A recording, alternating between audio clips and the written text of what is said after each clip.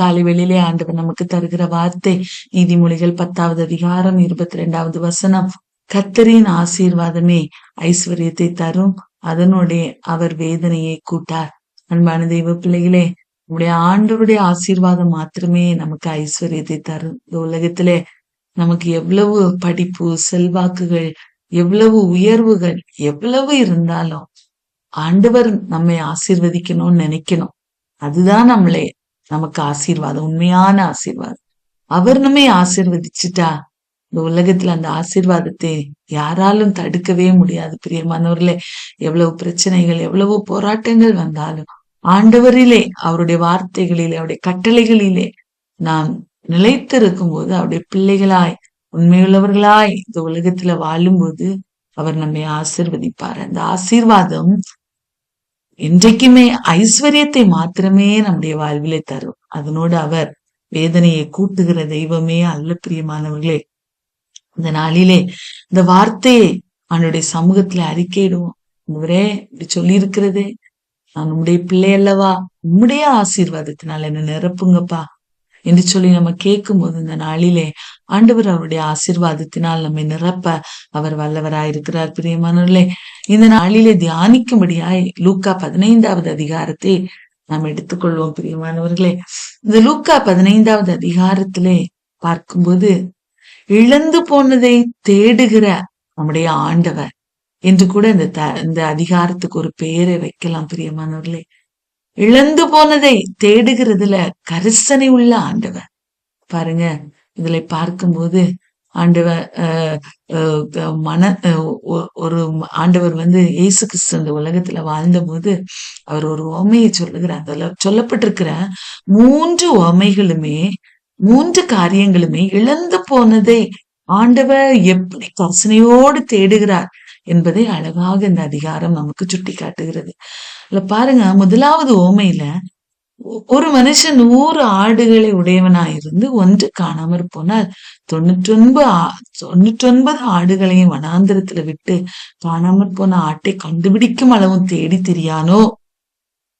கண்டுபிடித்த பின்பு அவன் சந்தோஷத்தோடே அதை தன் தோளின் மேல் போட்டுக்கொண்டு வீட்டுக்கு வந்து எல்லாரையும் அழைத்து என்னோடு கூட சந்தோஷப்படுங்கள் என்று சொல்லுவான் அல்லவா? அதுபோல மனம் திரும்ப அவசியம் இல்லாத 99 நீதிமான்களை குறித்து சந்தோஷம் உண்டாகிறதை பார்க்கிலும் மனம் திரும்புகிற ஒரே பாவி நிமித்தம் பரலோகத்தில் மிகுந்த சந்தோஷம் உண்டாயிருக்கும் என்று உங்களுக்கு சொல்லுகிறேன் என்று சொல்லி ஆண்டவர் சொல்லுகிறார். அன்பான தெய்வ பிள்ளைகளே, மனம் திரும்ப அவசியம் இல்லாத நீதிமான்கள் மனம் திரும்ப வேண்டும் என்று அவசியம் இல்லை. அவர்கள் ஆல்ரெடி ஆண்டவருக்குள்ளாய் இருக்கிறார்கள், அவர்கள் சந்தோஷத்துக்குள்ளாய் பிரவேசித்திருக்கிறார்கள்.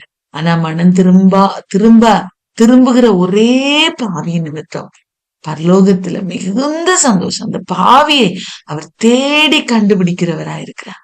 ஆண்டவரை விட்டு நாம் தூரமாய் போகும்போது, ஆண்டவருடைய சத்தத்துக்கு கீழ்ப்படியாமல் அவருடைய வார்த்தைகளை விட்டு விலகி நடக்கும் போது அவர் கரிசனையோடு நம்மை தேடுகிறார். பிரியமானவர்களே, என்னுடைய மகள் எப்பொழுது திரும்பி வருவா, என்னுடைய மகள் எப்பொழுது மறுபடியும் என்னை தேடுவார்கள் என்று சொல்லி அவர் மிகவும் கவனமுள்ளவராய் நம்மை தேடிக்கொண்டே இருக்கிறார். அன்பான தெய்வ பிள்ளைகளே, இந்த காலை வேளையிலே நம்முடைய ஆண்டவர் அவ்வளவு கரிசனை உள்ள தெய்வம். அதை நம்ம மறந்து விடவே கூடாது. நாம் தூரமாய் போனாலும் ஆண்டவருடைய சமூகத்துல ஓடி வரும்போது அவர் அதை நம்மை கட்டி அணைத்து, மார்போடு அணைத்து முத்தம் செய்து அவருடைய பிள்ளைகளாய் மறுபடியும் அவர் சேர்த்துக்கொள்ள உண்மையுள்ளவராயிருக்கிறார். பிரியமானவர்களே, 2வது சொல்லும்போது ஒரு ஸ்திரீ 10 வெள்ளிக்காசை உடையவளாயிருந்து 1 வெள்ளிக்காசு காணாமற் போனால் அது வீட்டை பெருக்கி அதை கண்டுபிடிக்கிற வரைக்கும் ஜாக்கிரதையாய் தேடாமல் இருப்பாளாம் என்று சொல்லி ஆண்டவர் கேட்கிறார். பாருங்க, நம்முடைய ஆண்டவர், நம்முடைய இயேசப்பாவும் அப்படிதான். நம்ம காணாம போயிட்டா, அவரை விட்டு தூரமா போயிட்டா, ஜாக்கிரதையாய் நம்மை தேடுகிறாய். ஏன்னா நம்ம குறிச்ச ஒரு மேலான தரிசனம் அவருடைய கரத்துல இருக்கிறது அல்லவா? நம்மை குறித்த ஒரு மேலான திட்டம் அவருடைய கையில இருக்கிறது அல்லவா? ஆகவே கரிசனையோடு அதை தேடி, ஜாக்கிரதையாய் தேடி, அது கண்டுபிடிக்கிற வரைக்கும் தேடி, அது கண்டுபிடிச்ச பின்பு அவர் என்ன செய்வாள்னு சொல்றார் பாருங்க. எல்லாரையும் சேர்த்து அவள் எல்லாரோடு கூட சந்தோஷப்படுவாள் அல்லவா என்று சொல்லுகிறார். அதே போலதான் நாமளும் அந்த உலகத்துல பாவங்களிலே ஒருவேளை சிக்கி இருக்கலாம். அந்த காலை வேளையில நம்ம ஆண்டுடைய சமூகத்துல மனம் திரும்பி நம்முடைய இருதயத்தை அவருடைய சமூகத்துல ஒப்பு கொடுக்கும் போது நம்மை குறித்த பரலோகத்துல மிகுந்த சந்தோஷம் உண்டாயிருக்கும் என்று சொல்லி ஆண்டவர் சொல்லுகிறார். பிரியமானவர்களை, மூன்றாவதாக கெட்ட குமாரனுடைய கதை நம்ம எல்லாருக்கும் தெரியும்.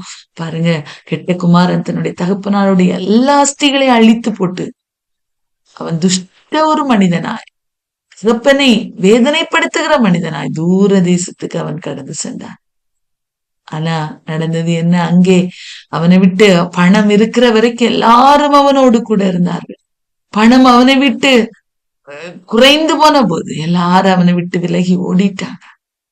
ஓடின உடனே பன்றியின் தவிட்டை தின்ன வாஞ்சையாயிருந்தான் என்று வேதம் சொல்லுது. ஆனா அந்த பன்றியின் தவிட்டை கூட ஒருத்தர் அவனுக்கு கொடுக்கலையா. அந்த நேரத்துலதான் அவனுக்கு உணர்வு வருகிறது. நான் எழுந்து என் தகப்பனிடத்துக்கு போய், பாருங்க, அவன் எழுந்து ஒரு தீர்மானம் எடுக்கிறான். நான் எழுந்து, அவனுக்கு புத்தி தெளிந்த போது அவன் சொல்றான், நான் எழுந்து என்னுடைய தகப்பனாருடைய வீட்டுல எல்லாருக்கும் பூர்த்தியான சாப்பாடா இருக்கிறது. ஆனா நான் பசியினால சாகுறேனே. நான் ஆகவே ஒன்று செய்ய போகிறேன். இன்றைக்கு வரைக்கும் எனக்குள்ள ஏதோ ஒண்ணு தடுத்துட்டு இருந்து, என் ஆண்டவர் இடத்துல போறதுக்கு, என் அப்பாட்ட போறதுக்கு ஏதோ ஒரு காரியம் தடுத்துட்டு இருந்து. ஆனா நான் இன்னைக்கு ஒரு தீர்மானம் எடுக்க போறேன். நான் எழுந்து என் தகப்பன் இடத்துக்கு போய் அவரிடத்துல நான் பரத்துக்கு விரோதமா, உமக்கு விரோதமாக நான் பாவம் செய்தேன். உம்முடைய குமாரன் என்று சொல்லப்படுவதற்கு நான் பாத்திரன் அல்ல. உடைய கூலிக்காரில் ஒருவனா என்னை வைத்துக் கொள்ளும் என்று சொல்லி நான் சொல்ல போகிறேன் என்று சொல்லி தீர்மானம் எடுத்து தன்னுடைய பழைய வாழ்க்கையை விட்டு அவன் தீர்மானம் எடுத்து அவன் திரும்பி வருகிற போது தூரத்திலே தகப்பன் நின்று பார்த்து கொண்டே இருக்கிற. ஒவ்வொரு நாளும் என் மகன் வரமாட்டானா என்று தூரத்திலே அவர் பார்த்து கொண்டிருந்தனாலதான் அன்றைக்கு அவர் ஓடி போய் அவனை கட்டி முத்தம் கொடுக்க முடிந்தது. பிரியமானவர்களே, நாமும் கூட ஆண்டவரை விட்டு தூரமாய் போகும்போது ஒவ்வொரு நாள் ஆண்டவர் நம்மை பார்த்துக்கணும். என் மகள் வருவாளா, என் பக்கத்துல வருவாளா, வேதத்தை வாசிப்பார்களா, ஜெபிப்பார்களா, என்னோடு பேசுவார்களா என்று அவர் வாஞ்சியோடு நம்மை பார்த்து கொண்டிருக்கிறார். ஒவ்வொரு நாளும் பார்த்து கொண்டிருக்கிறார். இந்த கெட்ட குமாரனை உடைய தகப்பனா தூரத்துல நின்று பார்த்து கொண்டிருக்கும் போது அங்க தூரத்துல ஒரு நாளிலே அவனை கண்ட போது ஓடி போகிறார். அங்க தூரத்துல வரும்போதே அவனுடைய தகப்பன் அவனை கண்டு மனதுருகி ஓடி கழுத்தை கட்டி கொண்டு அவனை முத்தம் செய்தான் என்று வேதம் சொல்லுகிறது. எவ்வளவு அன்புள்ள தெய்வம்! எல்லாத்தையும் அழிச்சு போட்டுட்டான். அவனை குறித்து அவங்க அப்பாவுக்கு ஒரு நல்ல பேரே இல்லை. அவ்வளவு ஒரு மனிதனா இருந்தவனை கூட ஓடி போய் கட்டி அணைத்து முத்தம் செய்து அவனை தன்னுடைய பிள்ளையா ஏற்றுக்கொண்டான். வீட்டுல எவ்வளவு ஒரு சந்தோஷம்! உயர்ந்த வஸ்திரத்தை கொடுக்கிறார், ரட்சிப்பின் வஸ்திரத்தை கொடுக்கிறார், நீதியின் சால்வையை உடுத்துகிறார், முத்திரை மோதிரத்தை கொடுக்கிறார், ஒரு அதிகாரத்தை கொடுக்கிறார். இதுவரைக்கும் நீ பாவி, இனி பாவி அல்ல, நீ மனம் திரும்பப்பட்ட நீதிமான் என்கிற ஒரு முத்திரையை அவனுக்கு கொடுக்கிறார். கால்களுக்கு பாதரட்சியை கொடுக்கிறார். எத்தனை ஒரு ஆசீர்வாதம் கொடுத்து பாருங்க. கொழுத்த கன்றை கொண்டு வந்து அடித்து எல்லாரும் சேர்ந்து புசித்து சந்தோஷப்படும்படியான ஒரு காரியத்தை அங்கே உண்டாக்கினார். இந்த காலைவெளியிலே அந்த தெய்வத்தை தான் நம்ம ஆராதித்துக் கொண்டிருக்கிறோம்.